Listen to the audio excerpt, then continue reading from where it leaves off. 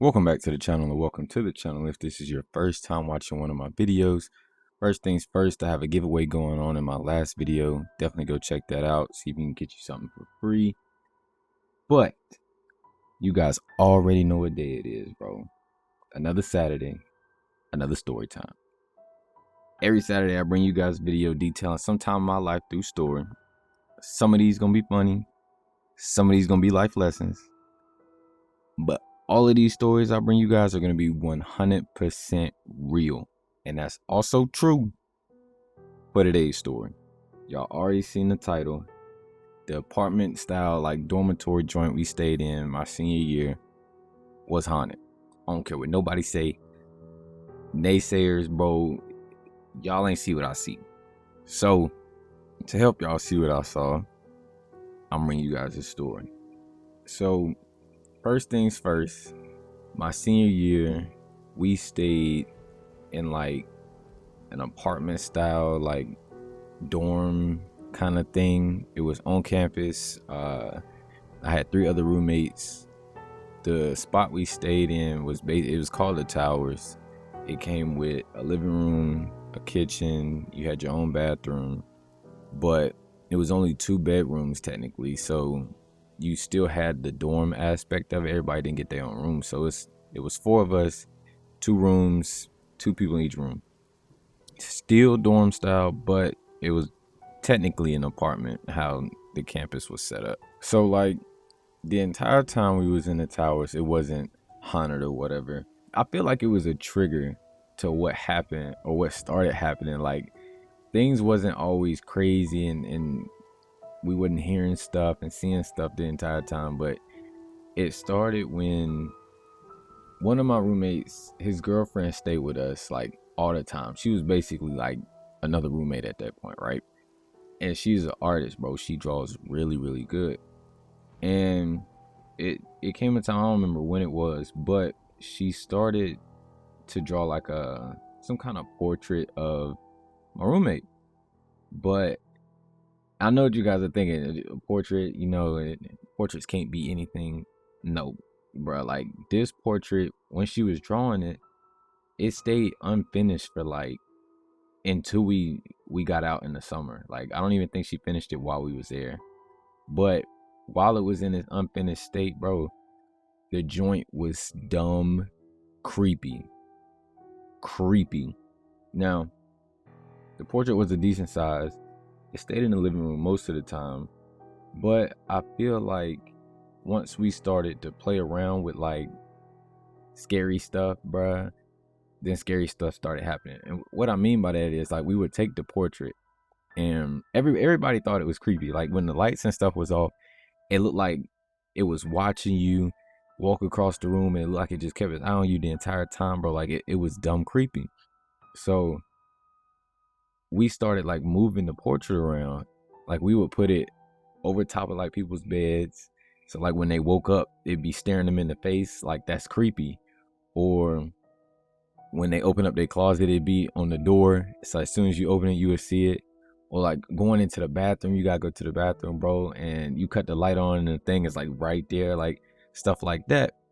And me looking back, bro, I feel like supernatural stuff don't like being played with. You know what I'm saying? Like they don't like being made fun of. They like, oh, this shit not serious to you. Oh, I bet. Like that kind of stuff. So we was playing around with like scaring people with like the picture and stuff. And I'm thinking the supernatural that was in like a building or whatever was just like, all right, they think this shit a joke. Bet, let's make it funny. So it was a little bit after we started doing that we started hearing stuff, seeing stuff. Stuff was going on we couldn't explain, and everybody was on edge. Like we would be watching a movie or something, all the lights be off and might be like one light on, and we would hear like creaking. Sometimes you would hear like light footsteps. Like it's not enough to be stupid dumb loud, like somebody stomping through the building or anything like that, like somebody's running. But it's more or less like somebody is just lightly walking in like the hall or something. So we would hear stuff like that. We would hear random things like drop, and then we go see the look like what dropped or anything, and we couldn't find anything like on the ground to explain the sound that we heard. And my roommate's girlfriend said sometimes she'd be in the bathroom and like the door would be closed and everything, and everybody else is accounted for. They're either not here, there, or they're busy doing something. Everybody else was accounted for, and it'd just be this big gush of wind just going to the bathroom. She could feel it, and it'd be cold. But then she'd be like, "So who came in the building, or who came in the like apartment joint?" And I'd be like, "Nobody," because I like be like in the living room, I'd be in my room, so you'd be able to hear the door open and close, slam shut, whatever. And I was like, "Nobody." And then she'd be like, "Huh?" And I'd be like, "Yeah." And to test it out, I believe I had her stay in the bathroom, you know what I'm saying? And I go outside and come in the little apartment joint, like as to like reenact maybe the air coming into the bathroom. Nothing. So at this point, everybody was low key tweaking. Like anytime something crazy started going on, everybody just started looking at each other like, there it go again. There it go again. And even then, I think I had a friend of mine. She lived like in the same, like in the towers. I think their joint was tweaking too. Like I remember one time, I think they was talking about they was dealing with like some haunted stuff or whatever in their like apartment joint. So I'm 100% not the only one here tweaking. I had all my roommates, they was tweaking too. Like everybody knew something was up. And like the joint just hit its peak one night, bruh. Me, I like staying up late, even on like school nights or whatever. Normally I'm up to like 2, 3 o'clock, sometimes 4 o'clock before I go to sleep. But my roommate, he liked to sleep.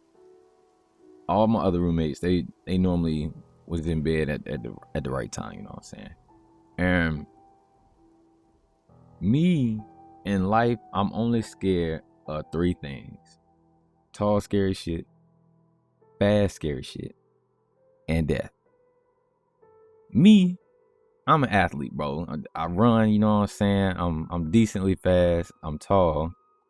So if you faster than me and you scary, you taller than me and you scary, I don't want no parts of none of that. No parts. You can't outrun fast, scary shit. Tall, scary shit just intimidating as hell. And then all of that's gonna lead to death anyway. All of it's connected. Nothing to play with. I don't want no parts. So there's one night, bruh, I'm up mad late, you know what I'm saying?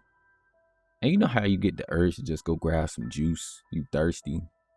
So I open the door and I'm walking to the kitchen. Now, the way the joint is set up, the living room is literally right next to the kitchen. It's one big room, and it's an island with like a little wall that separates the living room and the kitchen. So from where I'm walking, you have the hallway goes directly into the kitchen, and then to the left of the kitchen is the living room. So I'm walking down the hall. On my right is the refrigerator. On the left, it's a couch, and then it's just a chair in the far corner. All the lights is off on this joint. Pitch black. I think the only light that was on was the one above the oven. So I go in. I don't really see anything because I'm not looking to my left. I'm looking directly ahead, and I stop.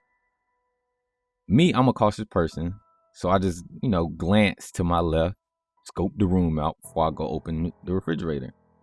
As I scope, I see something in the corner, in the chair, and I'm like, it was a quick glance, you know what I'm saying?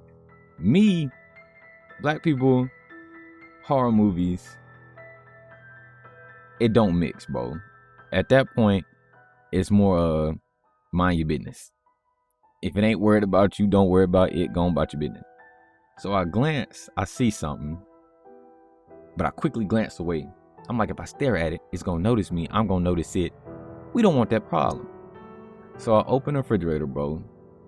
Then grab me a cup. Got the juice, I'm pouring the juice. And in the back of my head, I'm like, yo, I wonder if whatever it was is still there, you know what I'm saying? And I'm about to close the refrigerator. I just put the juice back. And before I close the refrigerator, because, you open the refrigerator, the light comes out. I'm like, okay, maybe I can get the refrigerator light to shine all the way over. That's what's going in my head. So I left the refrigerator open. And I look up, like I turn back up to look over the little counter and look back over into the living room. I forgot to open the refrigerator all the way. So the door is, at that point, it's like maybe 45 degrees open. I peek, and it's this tall, shadowy figure, bro. It's blinds behind like the chair and stuff that you can. It's like a window right there, but all the blinds was closed and everything. It was slight light coming through, so he had light behind him so it's like a shadowy figure. I looked to my left, bro. It's this tall, shadowy figure sitting in the chair, but he had like on, from the shadow, it looked like he had on like this like overcoat kind of thing and a hat. And in my head, bro, if y'all could have been in my head, I was tweaking. But real niggas don't run. First things first, real niggas don't run unless they gotta run. As far as I was concerned, I live here, so I won't finna run. But I definitely closed that refrigerator, grabbed my juice, and briskly walked back to my room, you know what I'm saying? So as I'm looking, I grabbed the juice, you know what I'm saying? And I peeped again, and he just sitting there. But the nigga was tall, bro. He looked tall. Like, if you was to sit in a chair, but you was on like your knees and kind of propped up a little bit in a chair, with like the middle of your back all the way to the top of your head was above the back rested like the chair. That's how tall buddy looked. Like, it was insane. I was tweaking. I grabbed my juice, bro. I copped another look on the right, and I start hurrying back to the room, bro. I closed the door so fast, locked it. I said, I hope the other room got their door locked, bro. And after that, I was just in there. I cut the game off, you know what I'm saying? I went and got in the bed. I wasn't trying to have none of that.